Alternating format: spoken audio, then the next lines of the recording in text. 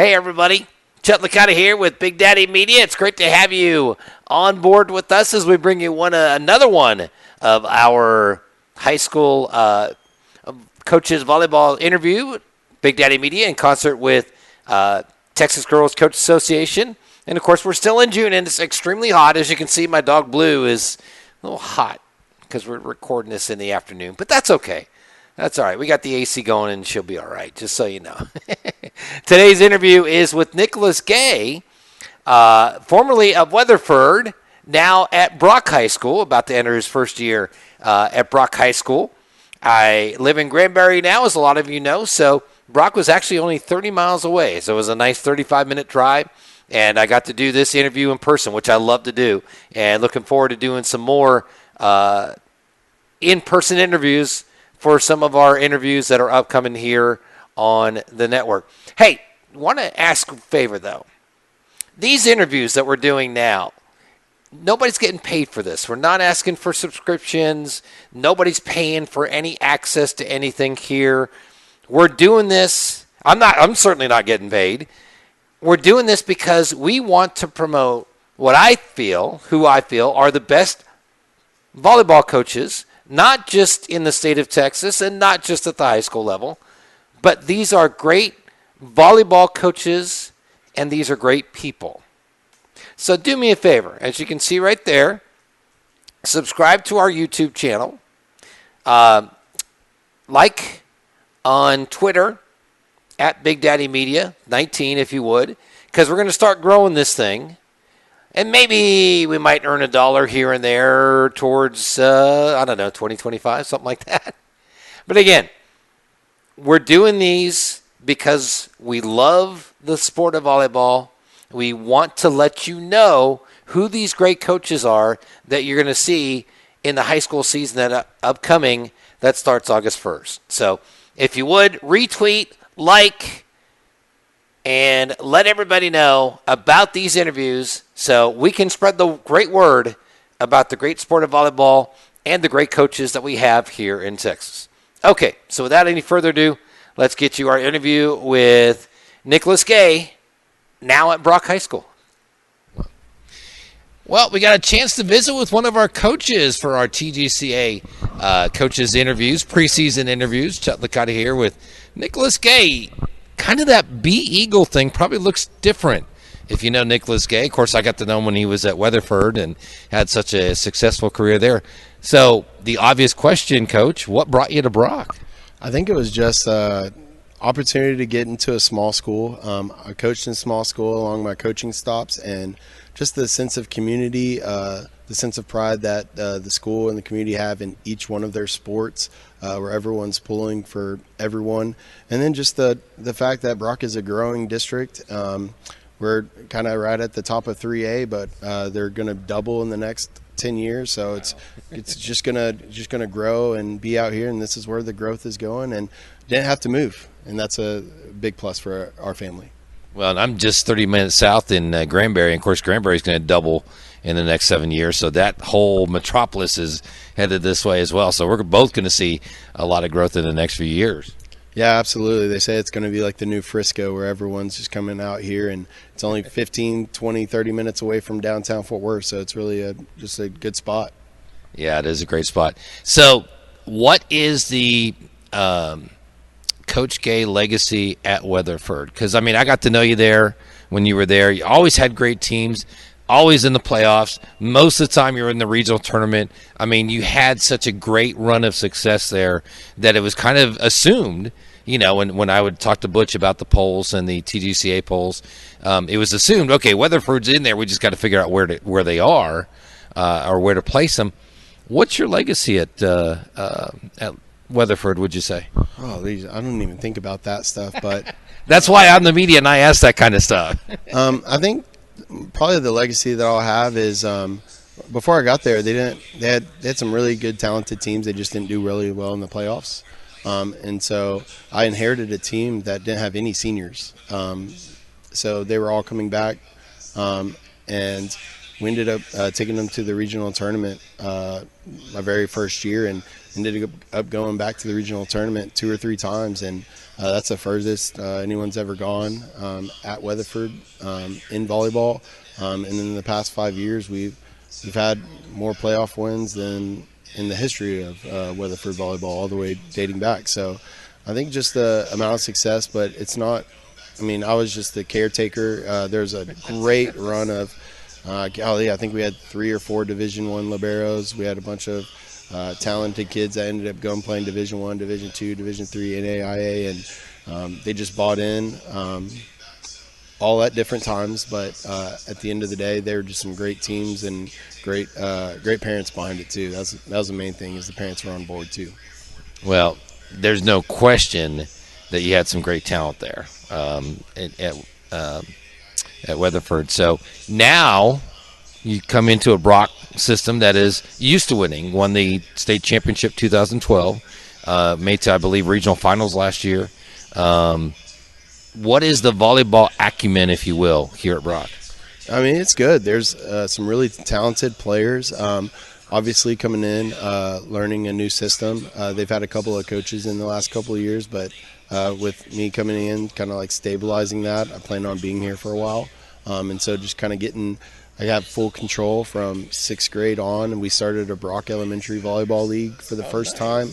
And so that was really big, and got some help again from the community and parents buying in, and it's going to be the same thing, and we're just going to try to keep it rolling. But we got great numbers right now. We have over 78 kids in our strength and conditioning and skills over the summer, so just building it from the ground up. You know, we were talking before the interview, and you mentioned you'd work with Jamie Siegel, and there's so many good volleyball coaches throughout the state. I mean, Butch Hart and I get such a great opportunity and are blessed to talk to so many great coaches. I consider you one of them. And now I think you got a great opportunity for on a personal thing, and I know coaches don't like talking personal, but you get a chance on a personal level to coach a team that goes to state.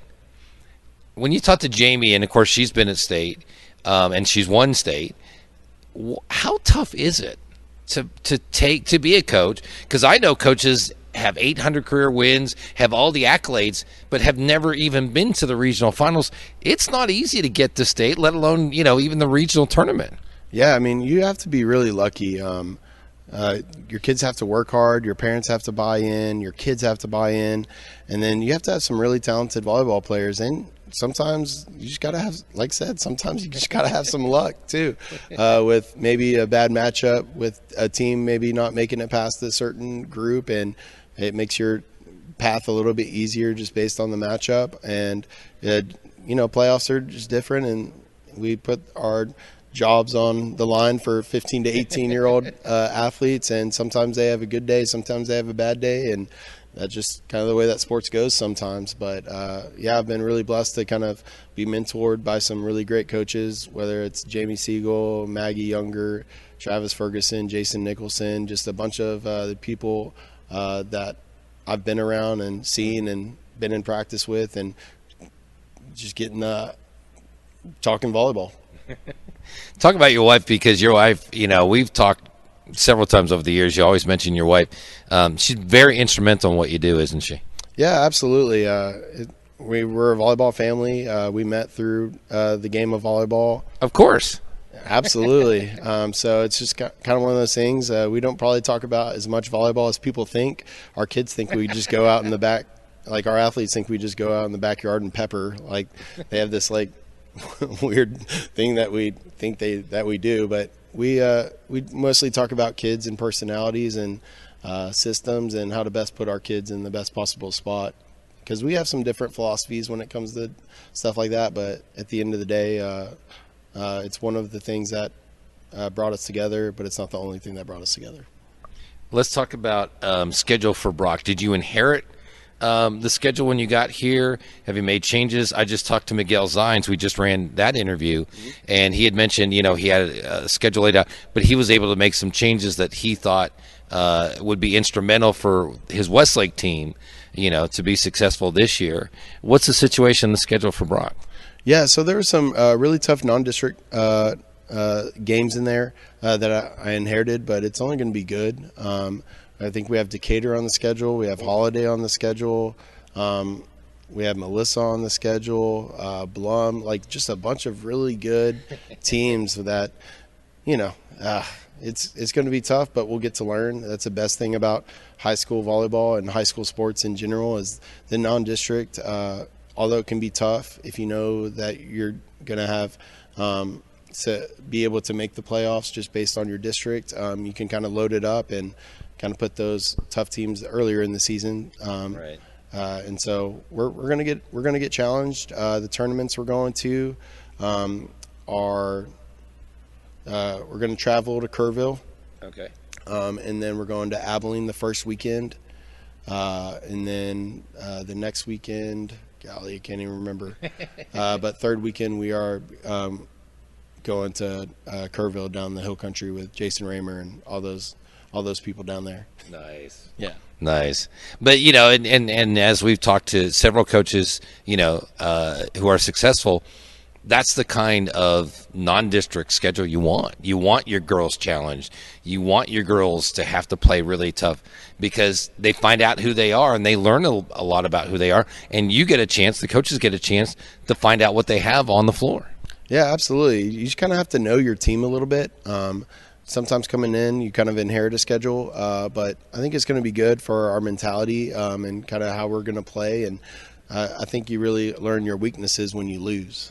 Sometimes winning masks that, and that's one thing that I would tell a bunch of the coaches out there is if you know you're going to have a pretty good team, challenge your team early in district or at a tournament and kind of see where your weaknesses are so that way you can kind of work on those things or see what other teams are doing to you.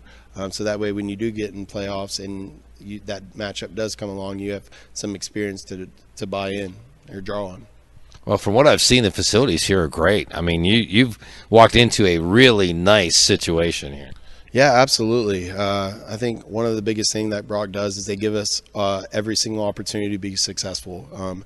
Since I've been here, they haven't told me no on anything. At Brock now, I have a varsity assistant. I have a JV head coach, a JV assistant, a JV2 head coach, possibly a JV2 assistant. So they're giving us every single possibility, every single success story that we could have to be successful because that's what the community, that's what the parents, and that's what the athletes want. But it gives all the coaches a great opportunity to do well. I'm Chuck Licata, Big Daddy Media. He's Nicolas Gay, head coach now of the Brock Eagles. When you talk to Butch and I are very blessed that we get to talk to highly successful coaches. Tell me, though, expectations are always there, okay? Do you ever feel that pressure besides when it's volleyball season to be successful because you know what's expected of you? I think I feel more pressure in the off season more than in season because once you're in season, you're in such the grind of practices and trying to get better and doing the scouting. I think the off season is really kind of when you get kind of like you have a little bit more expectation or, hey, if the season goes how we should, where is our talent level at? What is our weaknesses before we even play anybody? So I think that's the stuff that I kind of get more I expect more out of like myself and the coaching staff to figure those things out before we start playing. Because once you start playing, then it's just the grind of the season and trying to get better at the little things. But I think as a program, you get a lot better in the off season. All right, so let's give you a chance to give shout out, say hello to anybody you'd like to say hello to. Shout out to anybody that you want to give a shout out to. Yeah, big shout out to just all the TGCA coaches and anyone just trying to get better at the sport. We're always open for emails, calls, text. Just rely on the people around you and find a mentor coach that you can go and talk to about anything and everything, whether it's practice planning, game planning, or just how do you handle situations, because we all have different situations we handle with, and we're one big coaching community. And thank you all for giving us access to Butch, myself, and others that cover the sport. We are so thankful that we get to promote volleyball, which in the state of Texas is better than any other state. I'm sorry, California, Florida, don't want to hear it. Right here in Texas, we got the best volleyball. Thanks, Coach. Yeah, absolutely. Thank you for coming out. All right.